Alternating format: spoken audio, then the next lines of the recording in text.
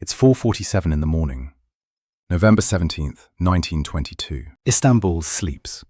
But inside Dolmabahce Palace, a 10-year-old boy grips his father's hand so tight his knuckles turn white. His name is Shehzada Mehmed Ertuğrul. His father is Sultan Mehmed VI Vahideddin, the 37th ruler of the Ottoman Empire. In 13 minutes they will slip through a garden gate at the back of the harem. No ceremony, no guards, no farewell. In 18 months, 156 princes and princesses will follow them into exile. In 4 years, one of them will die of starvation in a public park. In 50 years, another will refuse to carry any passport because he still considers himself a citizen of a country that no longer exists. This is what happened when 623 years of empire ended in 24 hours, and how the children of sultans became taxi drivers, street musicians, and ghosts of a dynasty the world tried to erase. General Sir Charles Harrington of the British Occupation Force leads them through the rain. The Sultan carries nothing. Not the 86-carat spoonmaker's diamond, not the emerald-encrusted Topkapi dagger, not the sacred relics of the Prophet Muhammad that his ancestors had guarded for 4 centuries. He burns his documents, packs a single suitcase, and leaves. They reach a motorboat on the Bosphorus, then HMS Malaya, anchored offshore in the dark. A sick old man in the back of an ambulance, slipping away before the city wakes. But here's what makes this moment unbearable. Mehmed VI had ruled an empire that lasted longer than the United States has existed. 36 sultans before him sat on the Ottoman throne. Their territory once stretched 5.2 million square kilometers, from the gates of Vienna to the coasts of North Africa, from the Balkans to the Arabian Peninsula, the longest-lasting Islamic dynasty in recorded history. And it ends like this. To understand what was lost, you need to see what they had. The Ottoman Empire began in 1299, when a Turkish tribal leader named Osman carved out a small territory on the frontier of the dying Byzantine Empire. What started as a border principality became one of the most formidable states the world had ever seen. In 1453, Sultan Mehmed II, Mehmed the Conqueror, breached the walls of Constantinople. The Byzantine Empire, which had stood for over 1,000 years, fell in a single day. Constantinople became Istanbul, and the Ottomans would rule it for the next 469 years. The empire peaked under Suleiman the Magnificent, who reigned from 1520 to 1566. At its height, Ottoman armies besieged Vienna, Ottoman navies dominated the Mediterranean, and Ottoman bureaucrats administered dozens of languages, religions, and peoples across 3 continents. Their seat of power tells the story of their ambition. Topkapi Palace, built in the 1460s on a promontory overlooking the Bosphorus, served as the administrative and ceremonial center for nearly 4 centuries. Its treasury held the 86-carat spoonmaker's diamond, the emerald-encrusted Topkapi dagger, the sacred relics of the Prophet Muhammad, and 20,000 manuscripts collected across the Islamic world. By the mid-19th century, the sultans had moved to Dolmabahce Palace, a 45,000 square meter neoclassical marvel built at a cost of 35 tons of gold, 285 rooms.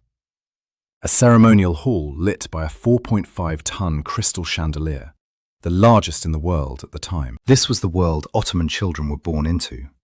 Marble corridors, gilded ceilings, and the ever-present awareness that their blood made them both powerful and expendable.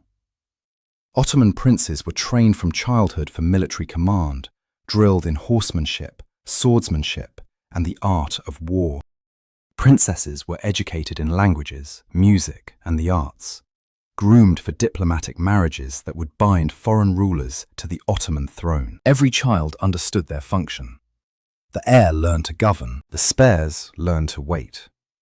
The daughters learned that their bodies were instruments of alliance, and all of them learned that proximity to the throne was the most dangerous place in the empire. For centuries, a brutal tradition called fratricide, later replaced by confinement in the cafs, a set of secluded palace chambers, ensured that rival princes would not threaten a new sultan's rule. To be born Ottoman was to be born into a dynasty where power and peril were indistinguishable. But by the 19th century, the empire was dying. Tsar Nicholas I of Russia called it the sick man of Europe in 1853, and he wasn't wrong. Greece won independence in 1830. Algeria fell to France the same year. The Congress of Berlin in 1878 stripped away Bulgaria, Romania, Serbia, and Montenegro. The Ottoman treasury declared bankruptcy in 1875. The Tanzimat reforms attempted modernization, but only accelerated nationalist movements among the empire's minorities. The Young Turk Revolution of 1908 restored constitutional government briefly, but a coup in 1913 handed power to three men, Enver, Talat, and Kemal Pashas, who would lead the empire into catastrophe. They entered World War I on October 29, 1914, siding with Germany and Austria-Hungary. It was a gamble, a desperate bet that a German victory could reverse decades of territorial loss. The gamble failed. The empire mobilized roughly 3 million men. 2/3 became casualties. The Armistice of Mudros on October 30, 1918, ended Ottoman sovereignty in all but name, and Allied troops occupied Istanbul within weeks. Mehmet VI inherited this wreckage.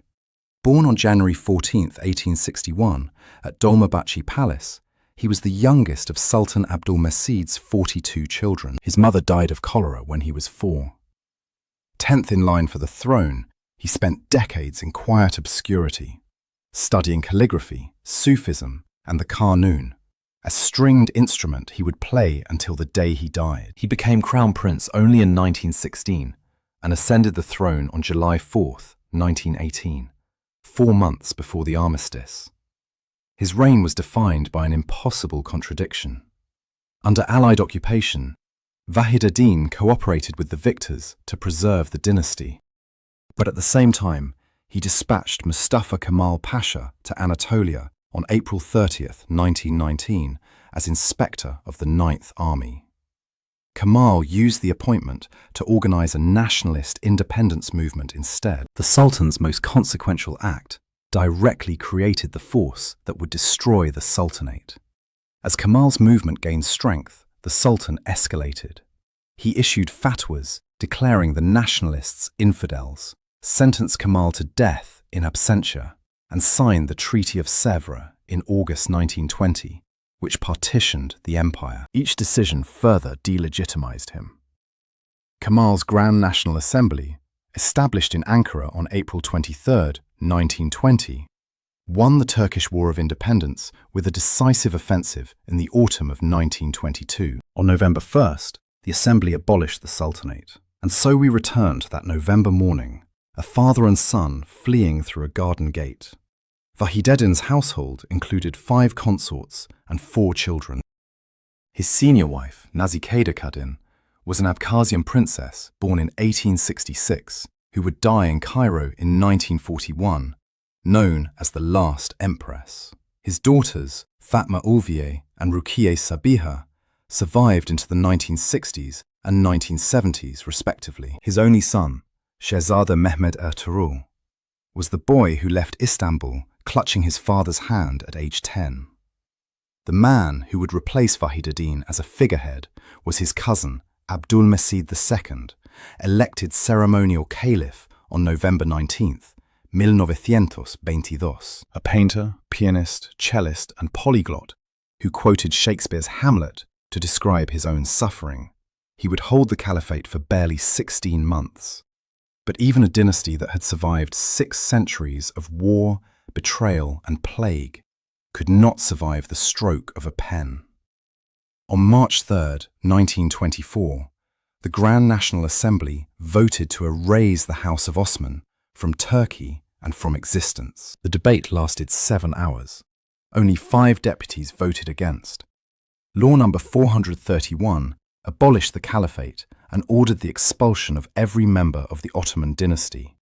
All male and female descendants, their sons-in-law, even children born to women of the dynasty. Turkish citizenship was revoked. All immovable property was to be liquidated within 1 year or seized by the state treasury. Each family received a one-time payment of approximately £1,000, enough for a train ticket and perhaps a month of modest living abroad. The law officially granted 10 days to leave. In practice, princes received 24 hours. The caliph himself was expelled before sunrise. Abdulmecid was informed that night. He refused at first. "I am not a traitor," he said. "I will not leave here even if I die. How can they forcibly remove me from these lands that my ancestor Fatih conquered?"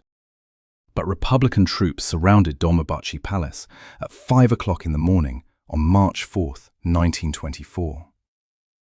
His family was driven to Çatalca station, not the main Sirkeci terminal, where officials feared public demonstrations, and put on the Simplon Express bound for Switzerland. He was admitted at the Swiss border after a brief detention. No delegation greeted him. He was treated as an ordinary traveller. 156 named dynasty members were expelled, including servants who refused to leave their masters. The total reached into the hundreds. They departed mostly by train from Sirkeci station, the same station where the Orient Express terminated, the gateway between Europe and the Ottoman world. The family believed the exile would last months. It lasted 28 years for women and 50 years for men. Abdulmecid's young daughter, Jurasheva, then a child, later recalled, "We left behind the extinguished hearth of the Ottoman family, which had ruled for 7 centuries.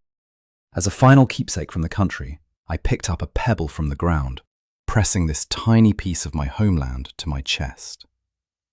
Nice on the French Riviera became the dynasty's unofficial capital in exile. So many Ottomans settled there that local patisseries stayed open late during Ramadan. Others scattered to San Remo, Cairo, Alexandria, Vienna, Damascus, Beirut, Albania, Jordan, and Bulgaria. The Turkish Republic issued them one-way passports, valid for only 1 year. By 1925, most members of the dynasty were stateless.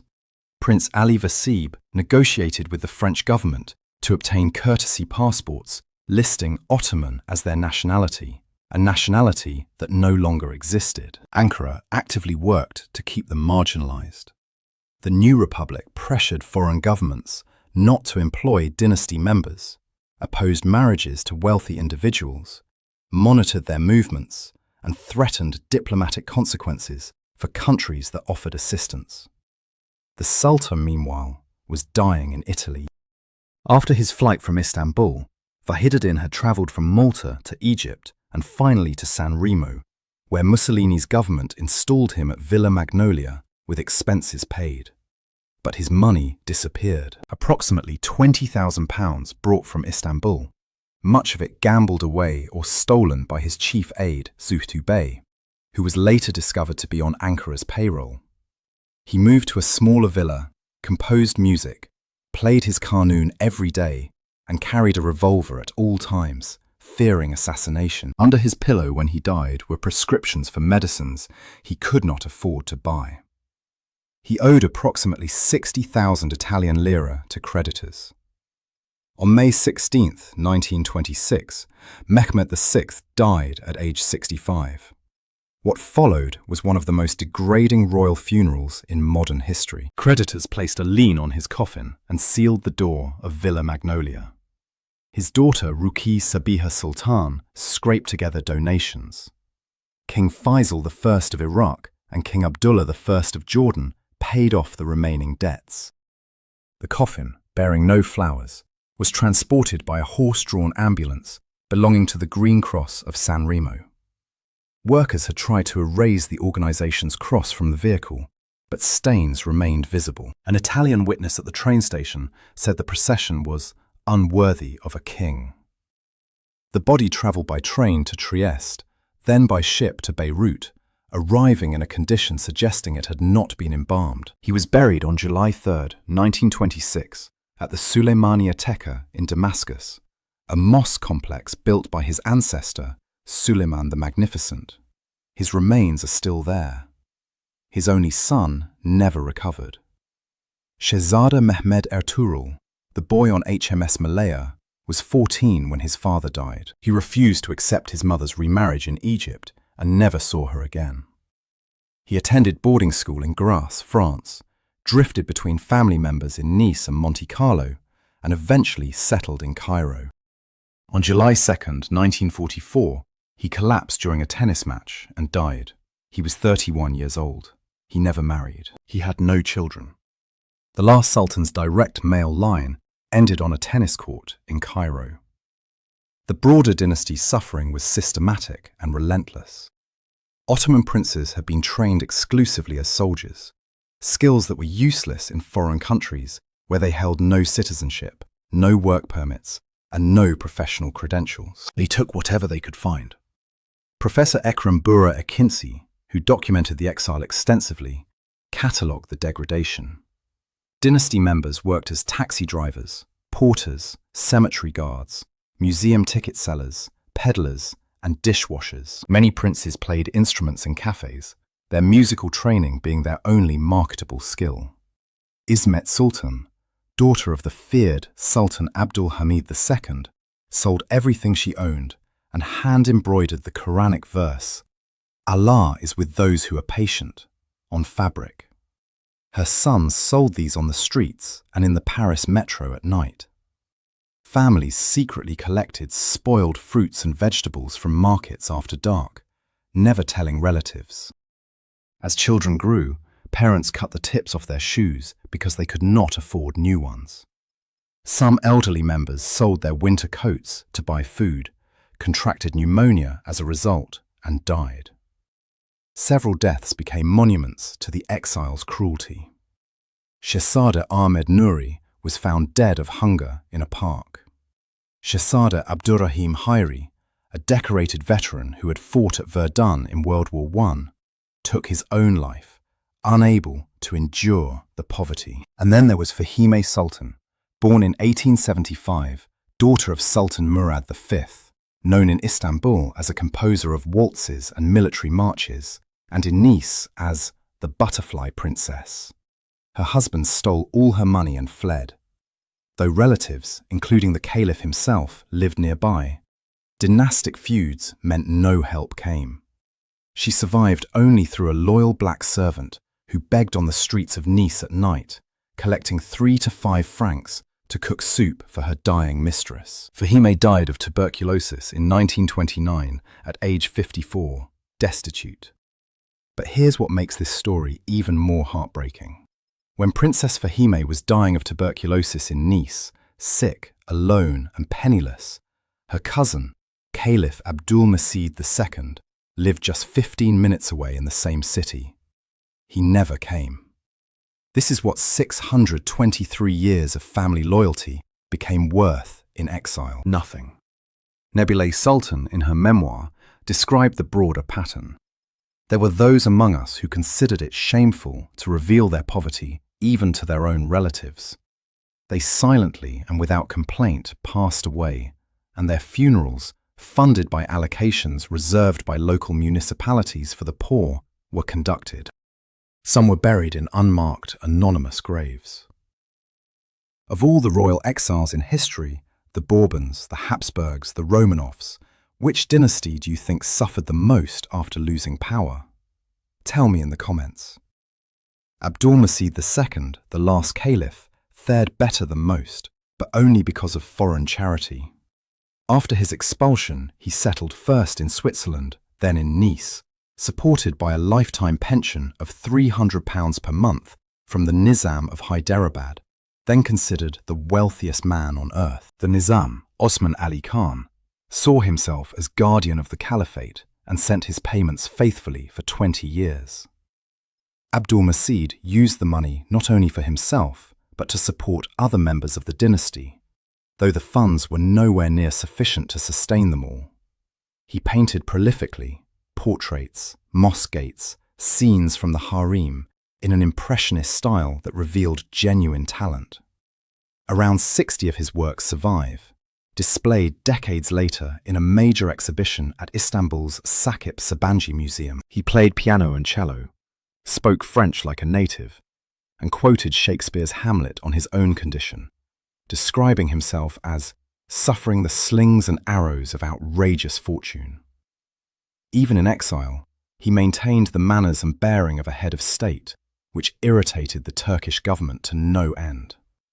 He moved to Paris in 1939 as his health declined and Europe descended into another war. On August 23, 1944, during the liberation of Paris, stray bullets from the street fighting flew into his villa on Boulevard Suchet. He suffered a fatal cardiac arrest. He was 76 years old.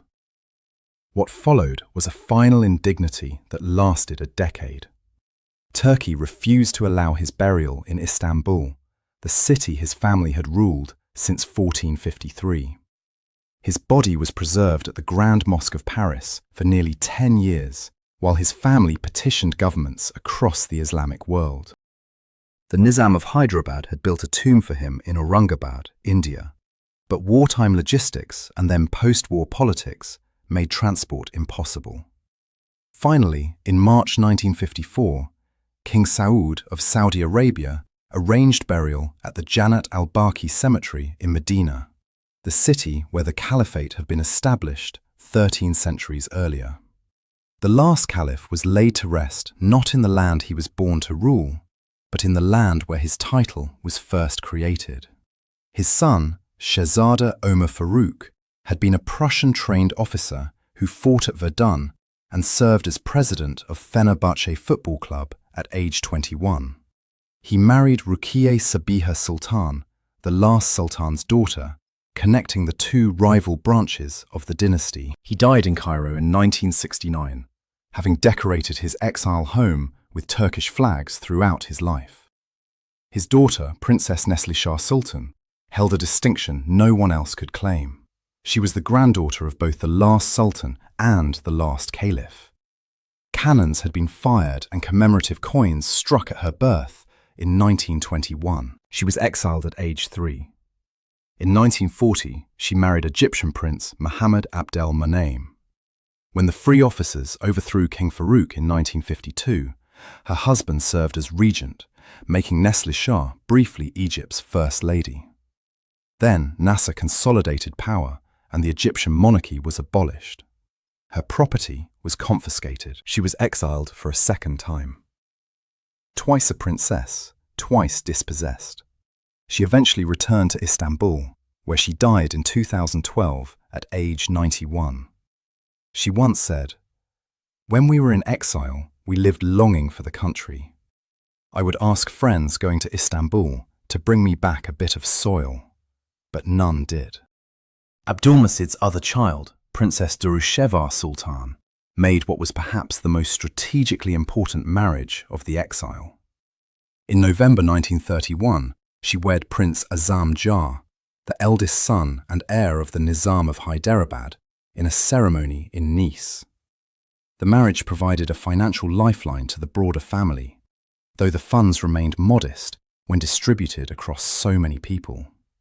Her son, Mukarram Jah, born in 1933, became the titular 8th Nizam of Hyderabad, making him the grandson of both the last caliph and the wealthiest man in the world. In a parallel ceremony, Princess Niloufar Hanum Sultan, granddaughter of Sultan Murad V, married the Nizam's younger son.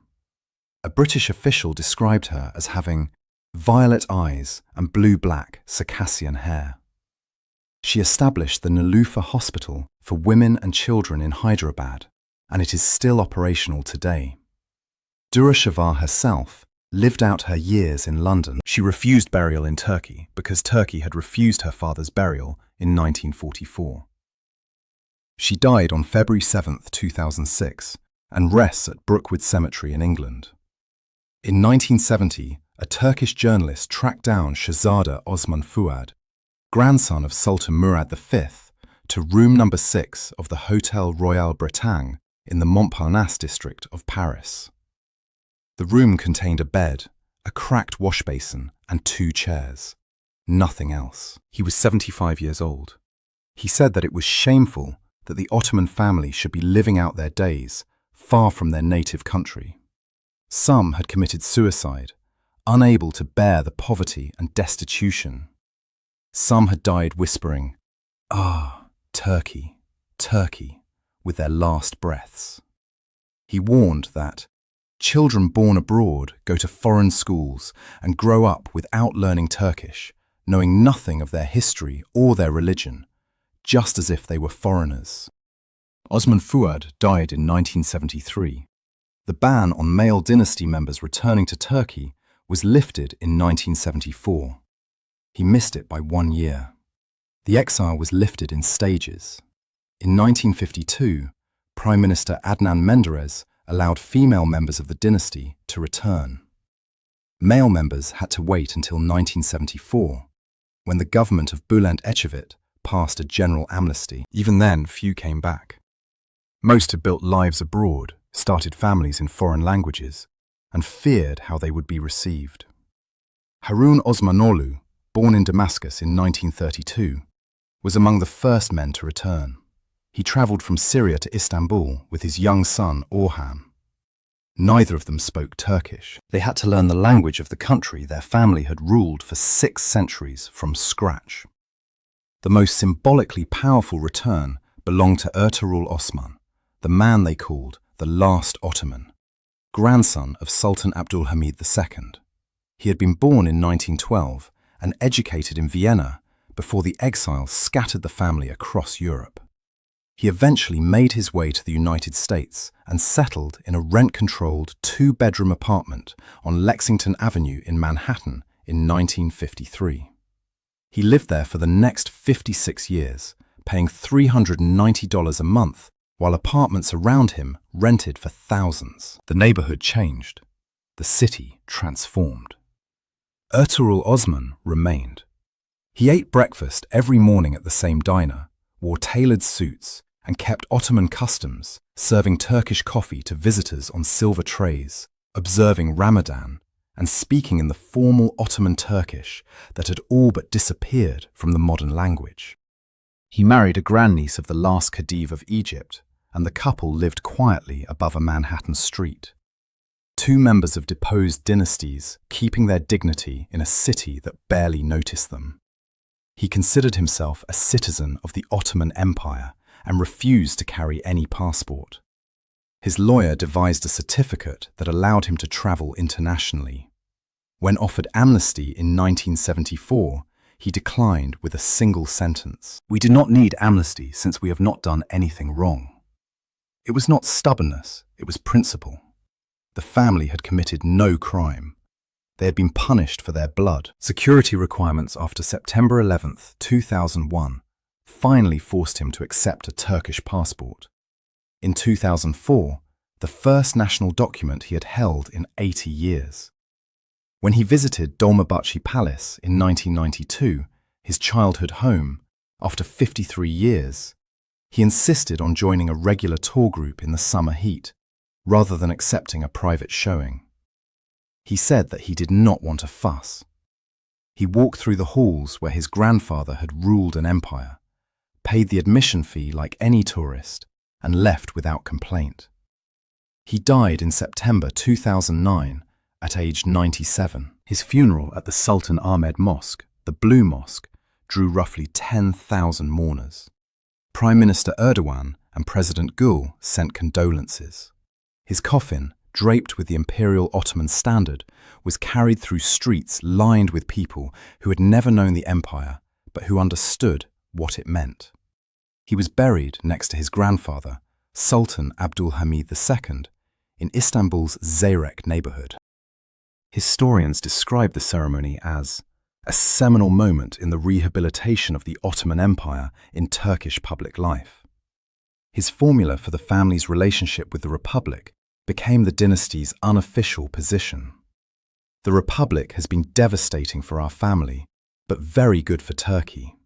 Today, approximately 100 descendants of the Ottoman dynasty are scattered across Turkey, the United Kingdom, France, Germany, the United States, Lebanon, Saudi Arabia, and at least 10 other countries. The current head of the House of Osman is Shahzada Harun Osmanoğlu, the man who returned from Damascus in 1974 without speaking Turkish. He is now 93 years old, living in Istanbul with his wife Fahriye. He is the 46th head of the imperial house, a position he assumed in January 2021 after the death of his elder brother, Dündar Ali Osmanoğlu, at age 90. Both are great-grandsons of Sultan Abdülhamid II. Dündar himself had been evacuated from war-torn Syria to Turkey on President Erdogan's orders in 2017, an elderly Ottoman prince fleeing yet another conflict. This time, not as a sultan's descendant being expelled, but as a refugee being rescued. The irony was not lost on anyone. The newest member of the dynasty, Şehzade Mehmed Selimhan Osmanoğlu, was born on July 17th, Divi Tukstosh, Divi Desmit Chetri. He is Harun's grandson, extending the bloodline into another generation. Among the most visible descendants, Orhan Osmanoğlu, Harun's son, born in Damascus in 1963, serves as the family's primary spokesperson. A journalist and president of the Osmanoğlu Mutual Aid Association, he has over 800,000 Instagram followers and manages the family's public image, announces deaths, issues statements, and pursues inheritance claims. His daughter, Nilhan Osmanoğlu, born in 1987, runs an e-commerce business selling Ottoman-style jewelry and fezzes. In 2016, she publicly declared the family's full support behind President Erdogan and controversially claimed ownership of Galatasaray Island in Istanbul in 2017, igniting fierce public debate. In the United Kingdom, İsa Gülgün Osmanoğlu, born in 1971, a descendant of Sultans Murad V and Mehmed V, educated at the University of Exeter and the School of Oriental and African Studies, has written 2 books, The Gilded Cage on the Bosphorus and A Farewell to Imperial Istanbul, with 4 more planned in an Ottoman Dynasty Chronicles series. She frames the Ottoman legacy not as a claim to power, but as a story of cultural contribution, the values of tolerance, innovation, and cultural exchange. In May 2025, a landmark legal development reshaped the family's relationship with the Turkish state. Istanbul's 12th Civil Court of Peace confirmed 71 individuals as legal heirs of Sultan Abdülhamid II after a 15-year legal battle. But the court ruled that the inheritance certificate cannot automatically transfer real estate because the 1924 confiscation laws remain in force. The claimed properties include Galatasaray Island, lands across Istanbul, and parcels surrounding Dolmabahce Palace. Lawyers called it a significant turning point in Turkish legal history. The family was recognized by the courts, but what was taken a century ago has not been returned. The dynasty exists today in a peculiar position, embraced symbolically by a government that cultivates Ottoman nostalgia. Erdogan reopened Hagia Sophia as a mosque in 2020, produced the television series Peyat Abdülhamid, and declared that the Republic of Turkey is also a continuation of the Ottomans, while the material consequences of 1924 remain firmly in place. The family's collective wealth is estimated in the low single-digit millions, a modest sum for the descendants of an empire that once controlled trade routes across 3 continents. Harun Osmanoğlu is 93. He was born in exile in a country that was not his own, speaking a language that was not his family's. He returned to a city his ancestors had ruled since 1453, learned Turkish as a grown man, and watched a republic that had tried to erase his family begin slowly to reclaim their name, not always for the family's benefit, but for its own political purposes. Topkapi Palace, where the sultans governed for 4 centuries, became Turkey's first national museum on April 3, 1924, exactly 1 month after the dynasty's expulsion. Its collections draw roughly 3 million visitors each year. Dolmabahce Palace, where the last sultan fled through the Garden Gate and where Ataturk himself died on November 10, 1938, stands preserved with its clocks still stopped at 9:05, the moment Ataturk's life ended. The palaces endure, the treasures endure, and so does the family.